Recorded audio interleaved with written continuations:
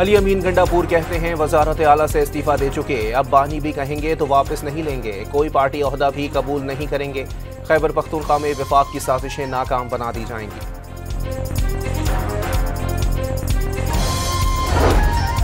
PTI पार्लिमानी party इजलास में बानी के नामजद उम्मीदवार को कामयाब कराने का अज़म। नए वज़ीर आला के इंतखाब तक अरकान को पेशावर से बाहर ना जाने की सख्ती से हिदायत।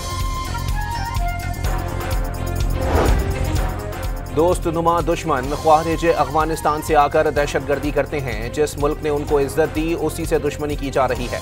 दहशतगर्दों के खिलाफ फैसला कुन इक़दाम का वक्त आ गया। वज़ीर आज़म का काबीना इजलास से खिताब।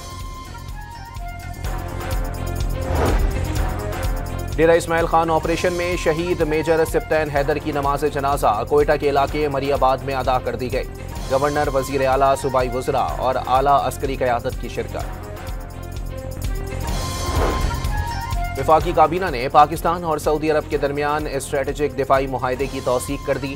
अरकान का दोनों मुल्कों की क़यादत को खिराज तहसीन।